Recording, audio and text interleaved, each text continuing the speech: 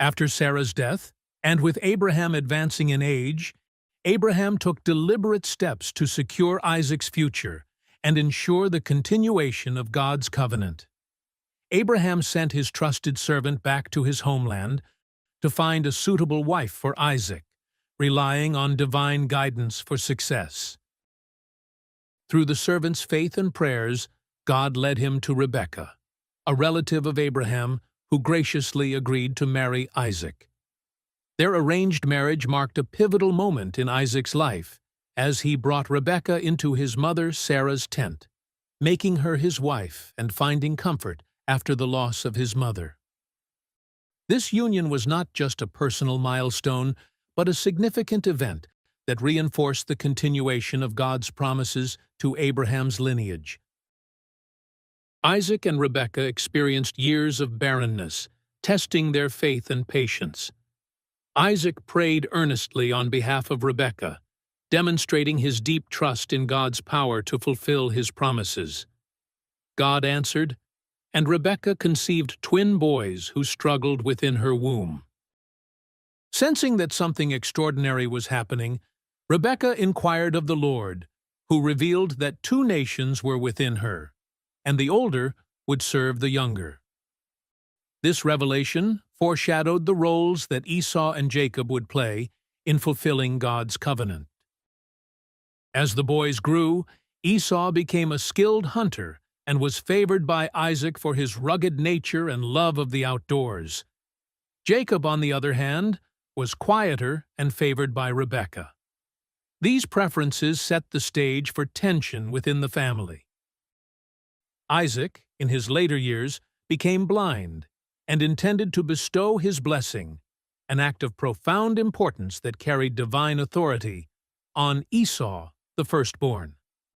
However, Rebekah, remembering God's promise, orchestrated a plan with Jacob to secure the blessing meant for Esau.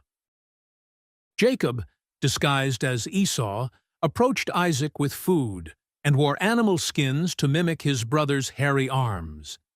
Deceived by Jacob's disguise, Isaac blessed Jacob, bestowing upon him the leadership and prosperity that were traditionally reserved for the firstborn.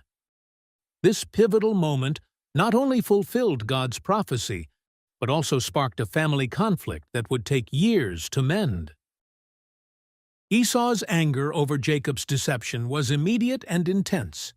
Feeling betrayed, Esau vowed to kill Jacob once their father passed, forcing Jacob to flee for his life to Rebekah's family in Paddan Aram. The tension within Isaac's household highlights how God's plans often unfold in unexpected and sometimes painful ways. Though Rebekah's actions were driven by a desire to align with God's revealed will, the resulting strife brought grief to Isaac's family. Isaac lived long enough to witness the complexities of God's plan as they played out in the lives of his sons. Despite the conflict and heartache, Isaac's later years were marked by relative peace and reconciliation, especially after Jacob and Esau reconciled years later. Isaac's story serves as a testament to God's sovereignty and faithfulness, showing that even when human actions are fraught with tension and imperfection, God's divine plan prevails. Applications. Faith amidst delays. Isaac and Rebekah's prolonged period of barrenness teaches us to maintain faith and seek God earnestly during seasons of waiting.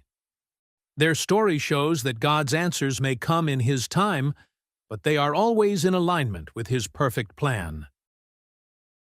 Trusting God's promises.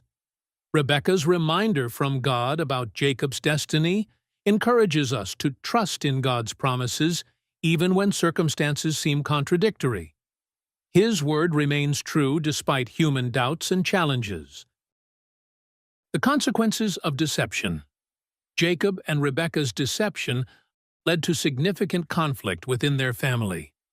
This illustrates that while God's purposes will be fulfilled, taking matters into our own hands through deceit can lead to pain and estrangement.